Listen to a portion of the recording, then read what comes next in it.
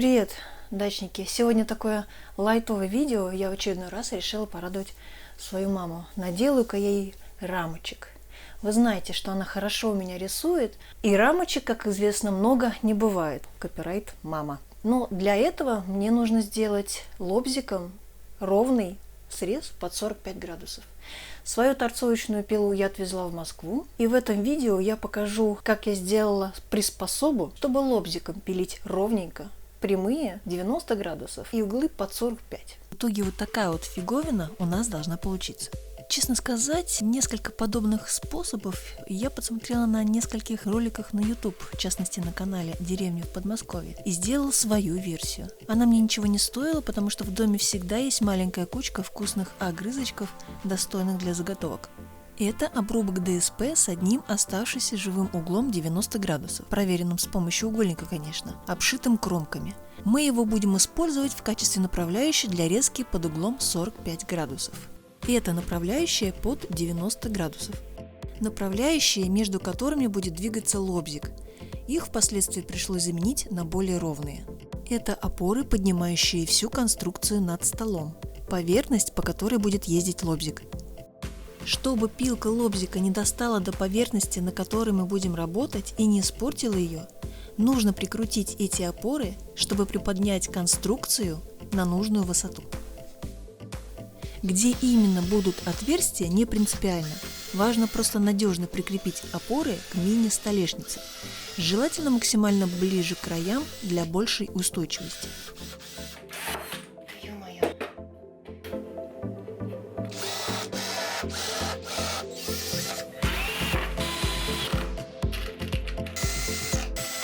Получилась такая опорная поверхность.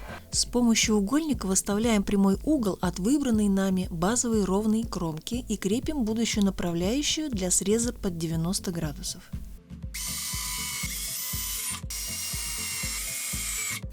Привинчиваем направляющие для лобзика. Первую можно привинтить в более-менее произвольном месте. Это роли не играет. Вторую плотно прижимаем к подошве лобзика и фиксируем зажимами. К сожалению, данные направляющие в итоге оказались недостаточно прямыми, и я их заменила. Теперь наша задача закрепить площадку с направляющими для лобзика так, чтобы он ездил строго параллельно базовому краю, ну или перпендикулярно прикрученные направляющие для среза под 90 градусов. Первое отверстие сверлим произвольно, а перед сверлением второго выравниваем площадку и фиксируем струбциной. Зачем нужен именно болт, будет понятно далее. Теперь нам очень надо сделать паз для пилки.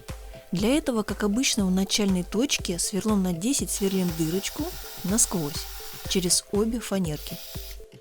Аккуратно устанавливаем лобзик между направляющих и медленно, чтобы пилка не перегрелась и ее не повело, пропиливаем паз на всю длину, пока лобзик не упрется в болт. На поверхности расчерчиваем края для установки направляющей под 45 градусов. Устанавливаем ее, фиксируем струбцинами и сверлим два отверстия, чтобы она не могла никуда даже дернуться от своего 45-градусного угла. Фиксируем болтами.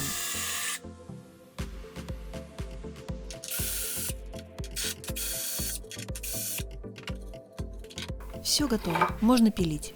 Прикладываем досочку к направляющей. Видим, где именно по ней пройдет пилка лобзика. Равняем по длине. Единственное, когда ставим заготовку сюда, нужно будет такой же кусочек такой же заготовки подкладывать вот сюда, чтобы вот эта часть у нас не гуляла, то срез будет косой. Без нее-то она гуляет. Так, в принципе, она будет меньше гулять, если сама заготовка будет там внутри. Но вот этот край все равно будет погуливать. Ставим ее сюда, и ничего у нас уже не гуляет. Берем биту для болтов и выкручиваем их из нижнего основания, освобождая верхнюю панель. Устанавливаем заготовку на нужное место и прижимаем верхней панелькой, подложив досочку такой же толщины.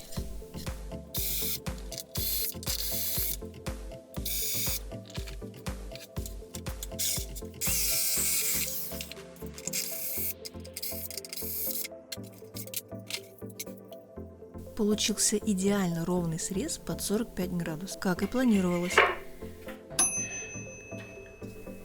Попробуем отпилить под 90 градусов.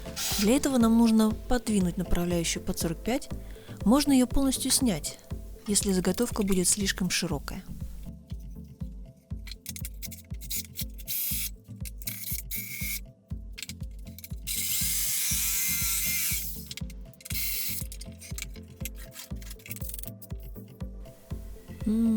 Клево.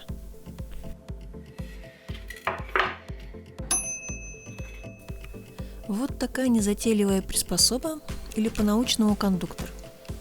20 минут работы, несколько обрезков древесины, и вы можете пилить под 45 градусов со 100% повторяемостью результата. Вот рамочка, склеенная для теста. Посмотрите на качество стыков.